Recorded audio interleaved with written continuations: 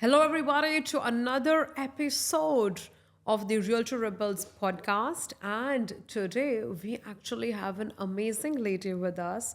She's Shamita. I know her for a couple of reasons. Number one, she is amazing at HR. And, today, because of all our industries are really facing a number of issues with employee retention, employee engagement, and stuff. So I thought it would be amazing to have her here. So number one is that. Number two, she dresses extremely well. So I think you should really, really take that into account.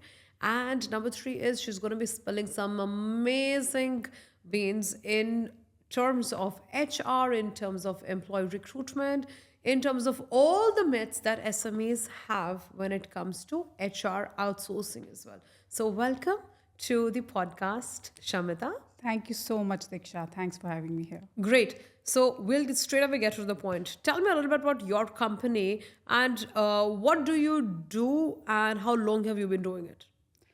I started my company in 2013. This is Eagleye Human Resource Developers. And I come with a background of psychology. So organizational psychology has always been my interest. Uh, Studying human behavior, why it is, how it is. So that's how I started my own company. And we started as a recruitment firm in 2013. Eventually jumped into training and corporate coaching. So I'm a certified ATD corporate coach in 2019. Nice. And 2023, I jumped into SME zone because I've been into large corporates until now, serving all my clients into large corporates. So SME zone, and I'm here to make some impact in the SMEs in HR. Wonderful. So I think one of the biggest concerns we have in today's date is SMEs not feeling the need of an HR. And we, I think, Absolutely. have also once talked about this common recruitment title saying admin and HR executive required. Yes. So we do feel that an admin can easily do the HR job. Firstly, why do you think there's this myth like this, and how relevant is it?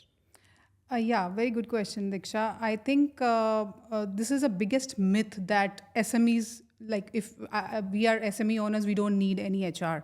And HR is just recruitment. Many people come to me and say, oh, hi, you are running HR consulting. Are you only doing recruitment? Are you doing recruitment? I said, no, no, recruitment is just one part.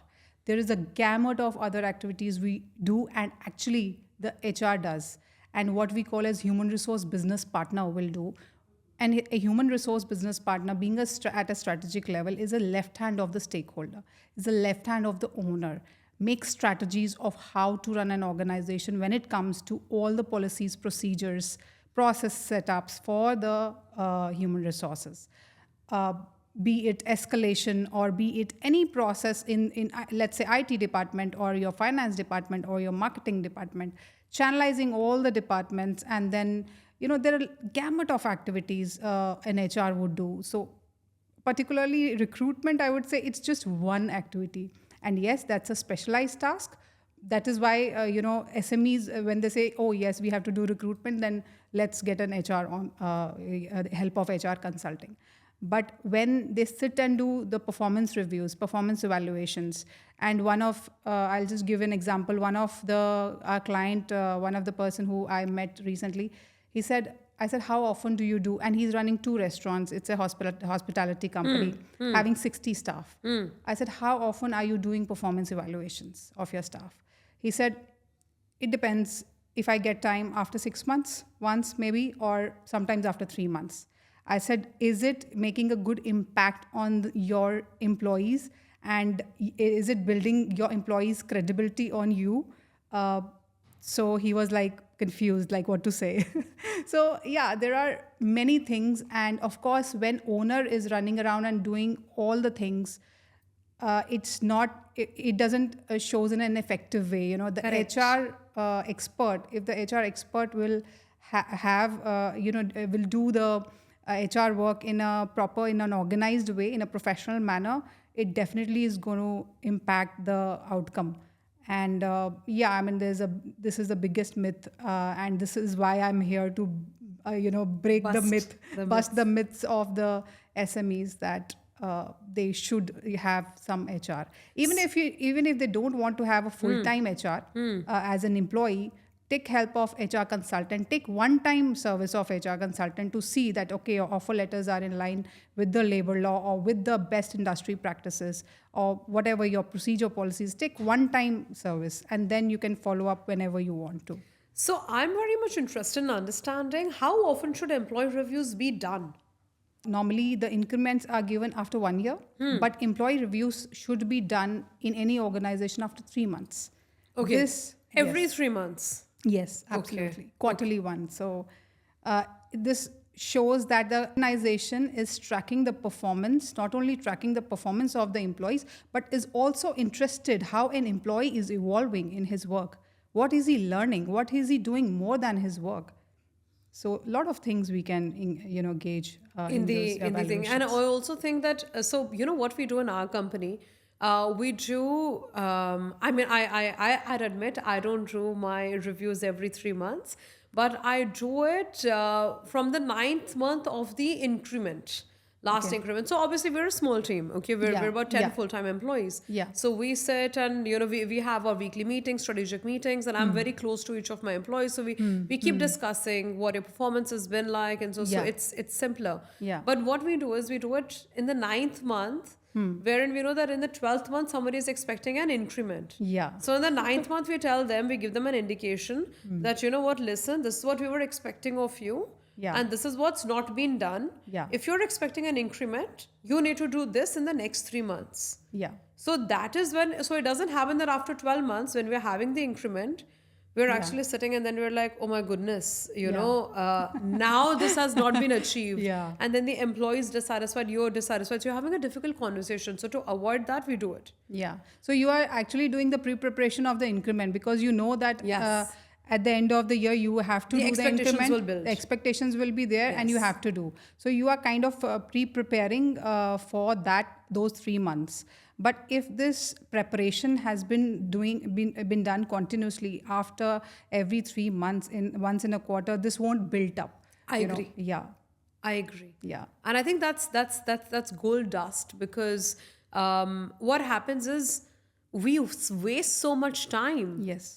of employee performance, where he could perform and outgrow himself. Yes. Which we actually leave it till the end only because we're too busy Yes. figuring out our sales and other things. Now, True, I true, have true. another pressing question from here, and that is, does every company need to give an annual increment? Do you think that all employees are, how do I say this, are entitled to an increment annually? Not necessarily, not mandatorily. It again depends on how the quarterly evaluations have culminated to what point. And yes, for example, we say weightage of quarter 1, 2, 3. We take weightages. So when the points accumulate and when the numbers are showing in the end result as a sheet, it's clear and crisp. And yes, what was your expectations? 50%, you're not 50%, you're just 30%, then no increment. So there has to be a line drawn where the increment should start and where the employee will not have an increment. This also motivates an employee to learn more and to do something more, So you mean to say that when we're having the review conversations, then you actually suggest that we have metrics Yes. attached to certain KPIs. Absolutely. There are KPIs, KRAs. When we set up certain KPIs, KRAs, there is certain weightages given to certain KPI, KRAs. There are different parameters on which the employees are rated. So on all the parameters, if the employee is not performing, then I think it's not mandatory to give a increment. That is why in this competitive market, I see a lot of people jumping after 1 year. Every 1 year, they are jumping the jobs. So we ask, because since we are also into recruitment, so we ask them, why is it that you want So to frequent. Yeah. Why Yes. is it that you want to jump? Why is it you want to change the job? So most of the people will say, I am feeling stagnant. I don't feel the growth here. So what are you doing? What are you giving to the organization that the organization should give? So we go deep into that analysis before even recruiting. That's also a careful decision. So So I think that there's a catch-22 situation here, yeah. because the employees feel that, listen, we have given 1 year of our time, we have invested, and we are doing so much. See, compromise is like where you divide a cake into equal halves where everyone feels that he's got the biggest half. Yes. So the employees are feeling that they're doing a lot. The employers are also feeling that they're doing a lot. Now the question is, I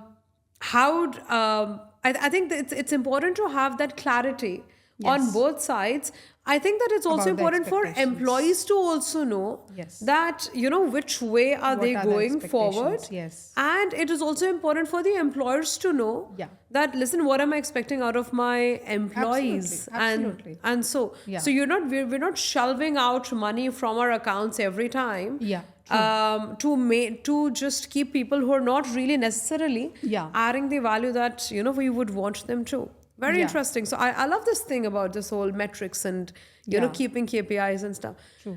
Now, generally, it is believed that companies that have fun Fridays Yeah. and pizza parties and Yeah. this and that, all these events, they have a higher level of employee retention. It is believed. Yeah. And I'll tell you who believes it. It is Yeah. the employers who believe it. Yes. Employers feel that if we Yeah. do this, if we keep our employees happy, they will be doing whatever we want them to do. yes.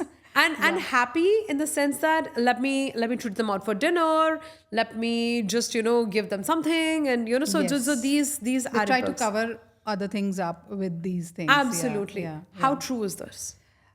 True to some extent, but not 100%. Okay. Again, there are a lot of other things which would retain an employee, which would make him come to the best of his potential. Because let me tell you a fact that employee comes to work actually work. People don't come to just earn their bread and butter. People are having some purpose of life, and we as HRs have this duty, or we as entrepreneurs have this duty to, align our business goal with their purpose of life. So our goal has to be in line with their goal as well. So definitely, coming to your question that How true is it? How true is it? Yes. So fun is good. Fun should be there. No fun, it's all boring. Always whole day work, morning 9 to 6, and the same routine. We all don't want it. We want a change. And also it's good for team bonding, team building. But yes, there are some other factors to it also for employee engagement or employee retention. So let's dissect this a bit further. Tell me, what are the important ingredients of employee retention? What should employers do? What are the gamut of things that they should be looking into that actually affect an employee's retention? Yeah, I think like when we do employee engagement surveys, it comes clear cut in those surveys and it's a 360-degree survey. So what employee is expecting out of the organization? First of all, we need to understand what normally the employees are expecting out of the organization. In employee retention, there are 2 to 3 factors. One, first things first, that yes, everybody is here for money. So if your salary is not in line with what market is paying, of course there is some mismatch, or that the gap is created. The person will feel less engaged, and things will start culminating. Correct. Second point is the environment, the culture of growth. A person is not here to only do 9 to 5, 9 to 6 job and boring thing going back home. For example, let's say software developers. What is the challenge you are throwing to them? What is the new learning they are pushing themselves for? What is the new thing they are giving to the organization? And also, what is organization giving to them in forms of training, in forms of soft skills training, in forms of coaching? How is an organization taking interest in the people to groom them and to bring them up to their fullest potential? So these 2-3 factors, I think, would form a part of employee retention. And I mean, I've seen some people getting retired from one organization whole life, they will sit in I swear. multinationals, and then they will say, okay, 20-30 years, I'm fine, it's a comfort zone, Right. I don't want to Right. jump. So because they are giving something to the organization, and every year the organization is also giving Something back. something back to them, not only money but other Perks, intangibles as well. incentives. Yeah. Intangibles as well. Trainings, Yes. Excel trainings, technical skills, enhancement. A lot of things are there. So fun and all these things is one small part, yes. Okay. I'll talk about the one thing that you mentioned, where employees spend about 20-30 years. I had met someone who was a sales manager of Lamborghini. He'd spent 35 years there. Okay. And for me, just to sit and imagine 35 years, Yeah. day and night, how can one spend there? But you know what? When I had a chat with him, he said, Diksha, it's the brand. Yeah. Okay. Yeah. So, how important is building a brand value, externally to keep employees with you? Now, I'll continue that question in another sense, because there are some brands, we even let's play the devil's advocate here. For me, I would think that, listen, if I just create a big brand, Yeah. then I think it should be By enough doing to just marketing activities. Yeah, by just doing my marketing activities, just being there, I create something like a Rolls Royce and something not the Rolls Royce, Yeah. but just something like that. Yeah. And then I would not need to do all of these, small things just to retain people. People will still just be there with me because I'm too influential. Yeah. So I wanted to shed light on this situation. How important is the brand value to retain employees? Brand value is very important. I think it's one of the biggest values to retain employees. And I want to again, I just want to counter ask you a question. Is Yes. it only the marketing activities which build the brand value, or the employees who are your internal customers? They also build the brand value of your company. See, I'll tell you what, for me being an outsider, Yeah. I never get to know what are the employees saying. Yeah. Okay. In my eyes, today, if I get a job offer by, say, Yeah. BMW, Yeah. and they say, Diksha, we want you to do our content. Okay, forget that I'm doing my business. But if they just ask me to come in, I would take up that job, because I've seen them so often, and I do Yeah. believe Yeah. that if they're so big, they would Yeah. at least be having a good culture there. Yeah. So just Yeah. a belief system. Yeah, of course. And more than this, like when you met the employee of Lamborghini Yeah. and BMW, they would say that yes, it's the best company to work with. They are your first brand endorsers. If I am a company owner, let's say, of a big company, and my employees go out in the market and say this company is the best to work, Correct. they are your first brand endorsers. So apart from my marketing budget, which I'm spending of course to make a brand value out there, my price earning ratio, as Dave Ulrich says, also depends on how what kind of brand value is my employees carrying outside. Correct. Yeah. Correct. So, my crux of this whole conversation, let's come down. Why should I hire an HR person? Why should I spend so much money on a monthly basis? Do I do SMEs, or do I really need it? And apart from just obviously retention and so on, I mean, it's an added expense to me. Yeah. So can you just elaborate on how expensive Yeah. is it for me to keep someone like you? No, I'll give you a solution. Don't hire an HR person, because if you will hire a full-time HR person, you have to spend on his visa, on his trainings, on his induction, everything. And then you will, normally I have seen SMEs getting a junior level HR executive or HR manager. Because if you will go in the market and get a HR business partner, it would not cost you less than 15 to 20,000 dirhams in a month. Whereas you can get a HR consulting.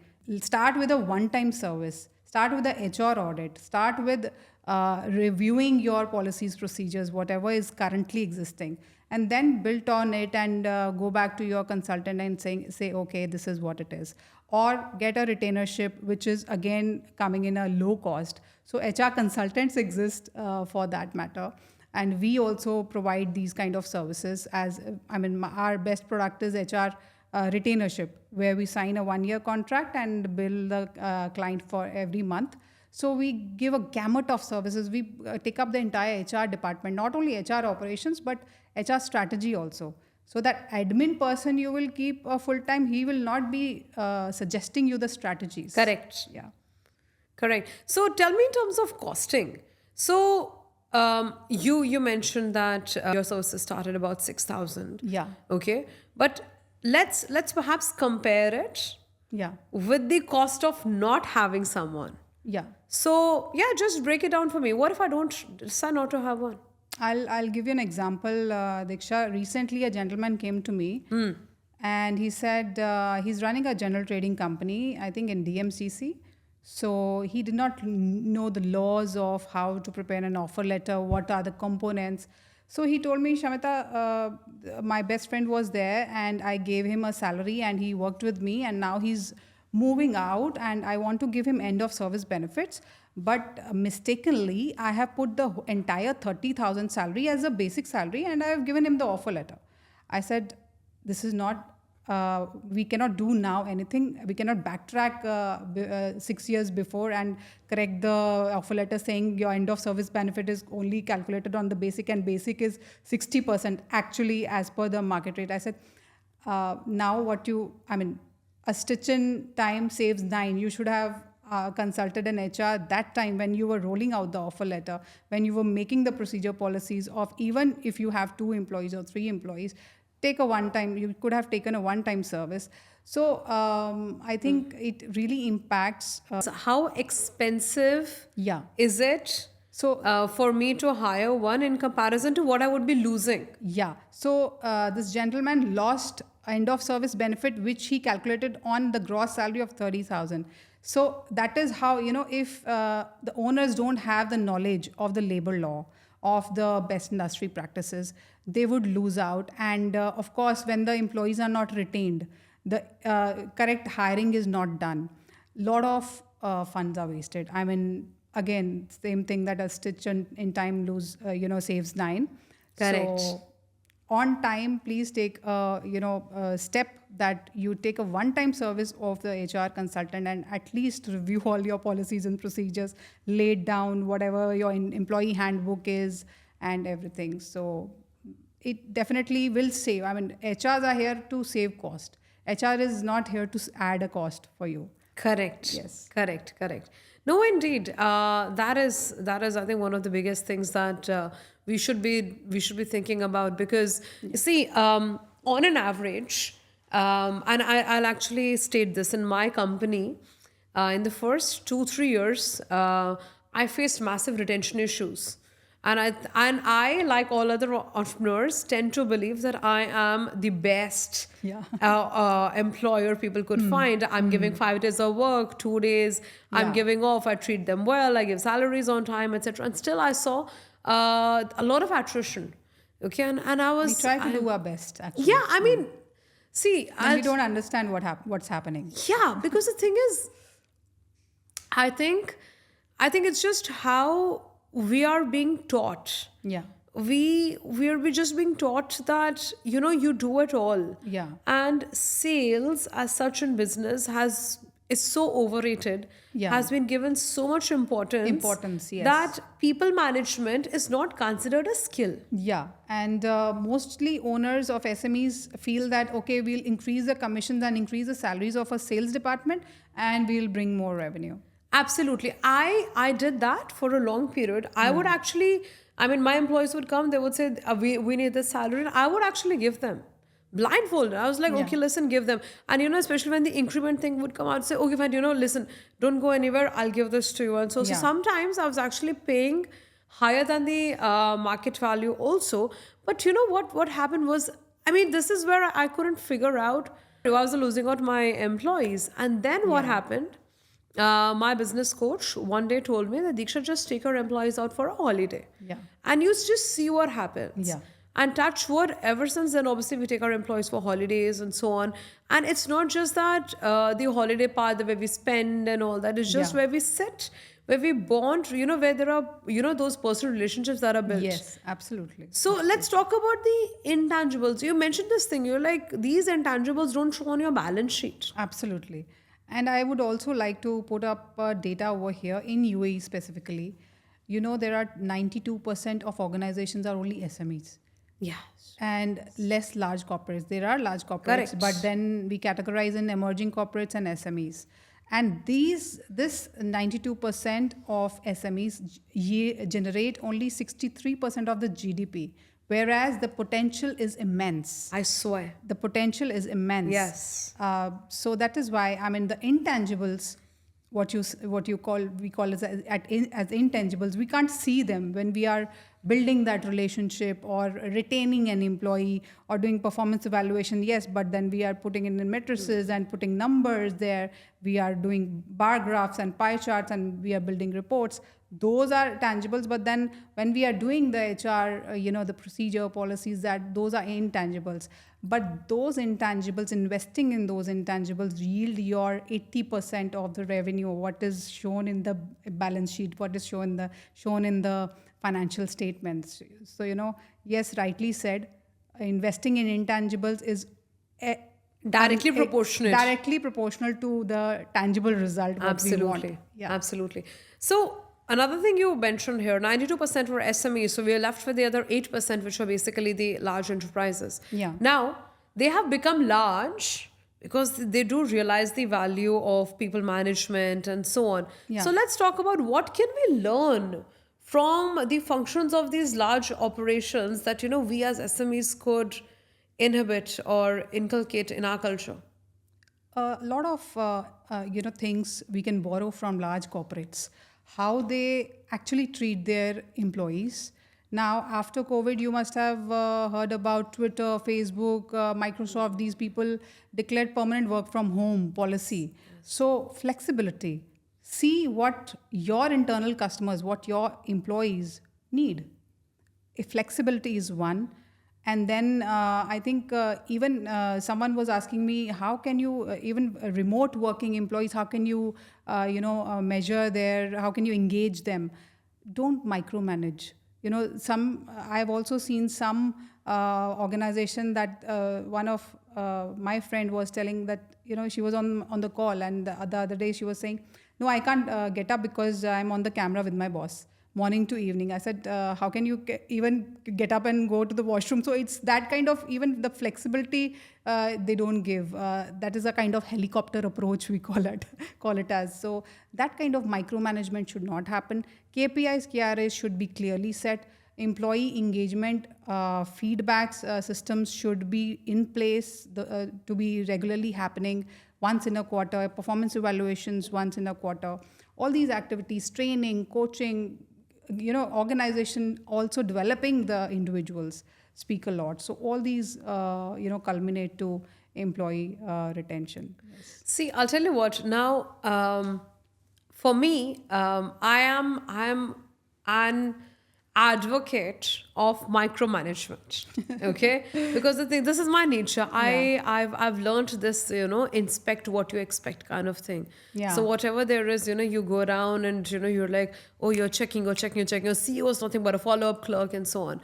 Yeah. But then I do realize that the GM of my company, he is an absolute non-micromanager. He's like, listen, I don't want to do this. I don't like doing it. Yeah. We'll just give the tasks and, we'll see. Yeah. So I think what really happens, and especially work from home employees, that of course, when the KPIs are set as per their maximum capacity, that, when you talk to them, you tell them, listen, this much work, how much time can you do this in?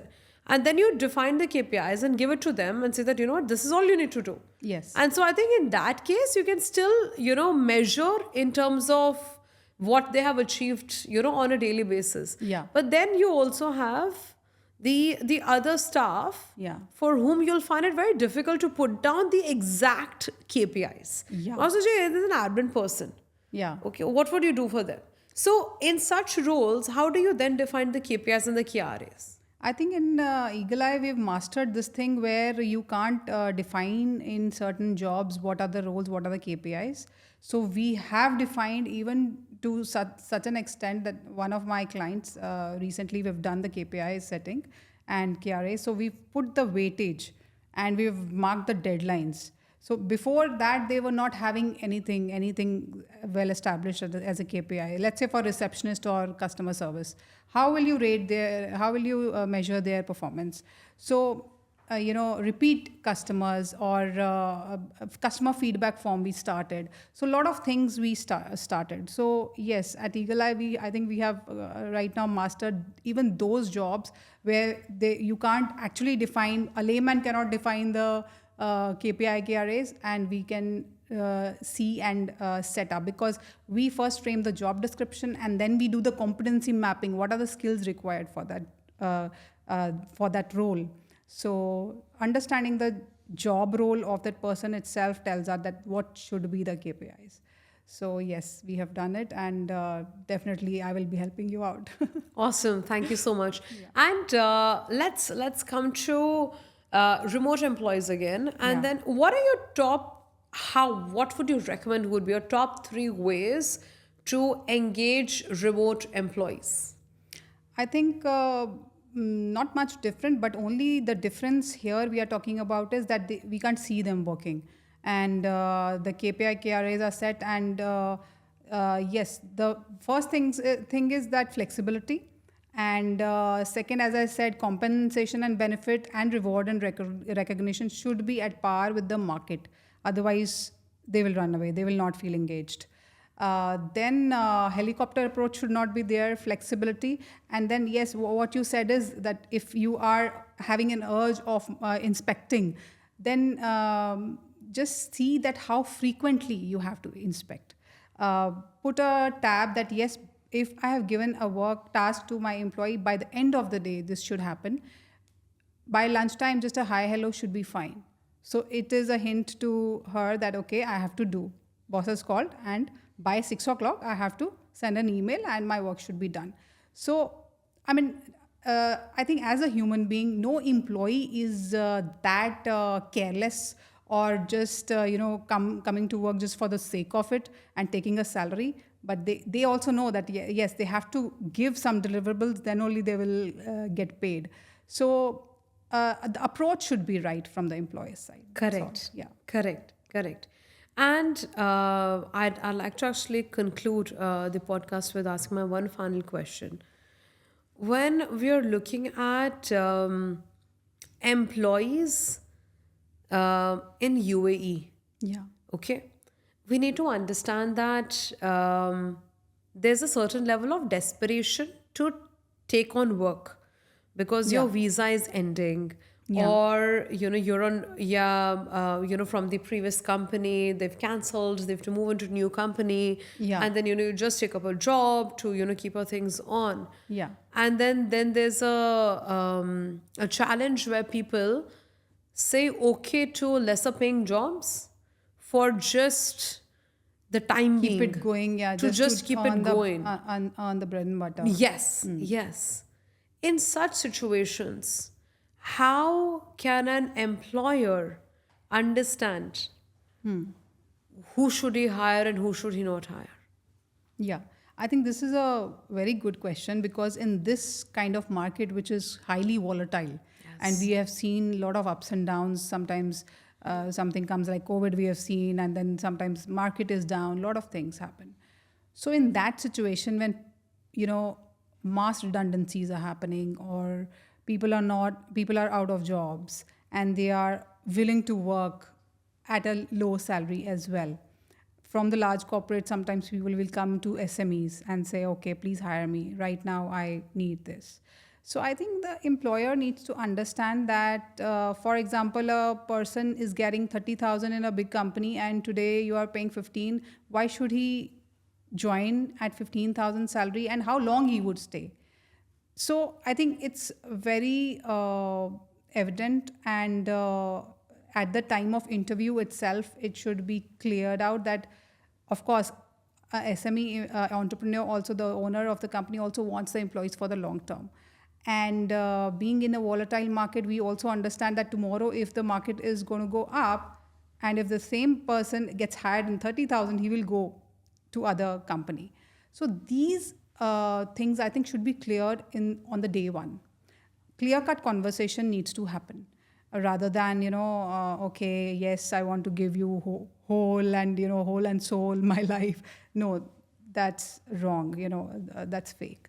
So clear cut discussions should happen, and clear cut expectations should be set. In that case, contractual employment also can be one of the solutions.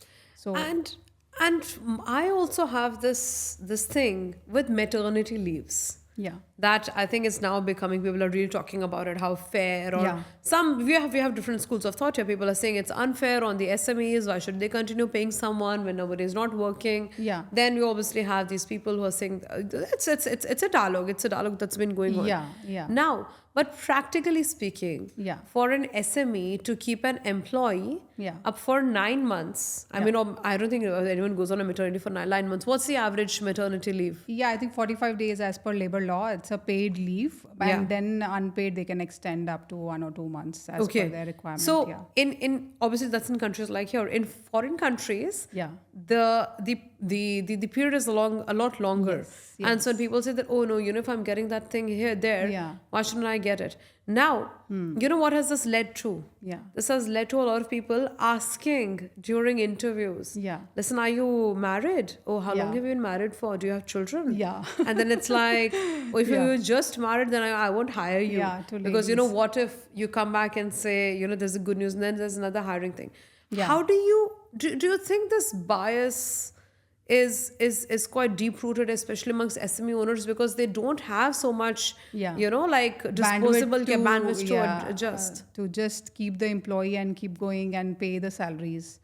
Yeah, see, one thing I will say is again, now here the candidates have also become smart. They will not budge in the interviews that, yes, oh, yes, I'm expecting, I'm pregnant, and my delivery date is this month, so and so. They will not say, because they know the market is the interview is, they are questioning, and they will not select.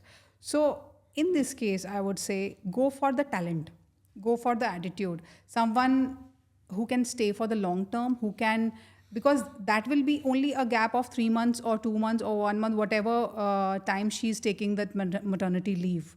And most of the ladies I have seen, they are coming even while in pregnancy, in the whole of pregnancy, but until the end point also they are working. One of my friend is also pregnant, so she's working until the end point. She's in India, and she's working with a government organization, and she was working so well that they allowed her remote working, and she's working very well, and because they don't have this policy in their organization for remote working, but they did allow her. And I think here the owners of the SME especially, they should see the talent, they should see the loyalty and the value the person can give to the company in the long term. That matters more than these small things. These are small things. Just a gap of 1, 2, 3 months is not going to cost your business anything. Sure. Just that salary, that's it. And the happiness, you will buy that employee. Believe me, she will be loyal to you. 100%, 100%. Well, thank you so much, Shamita. We have Thank you. discussed so many things about HR and retention and Yes, I engagement can go on and and on. stuff. Yeah. Friends and everyone who's watching me, we will be back shortly with another interesting podcast. Thank you so much for watching. And indeed, if you wish to get connected to Shamita or Eagleye, you have their details in the description box underneath. So feel free to get connected, and happy growing. See you all soon. Thank you so much. Thank you. Thank you.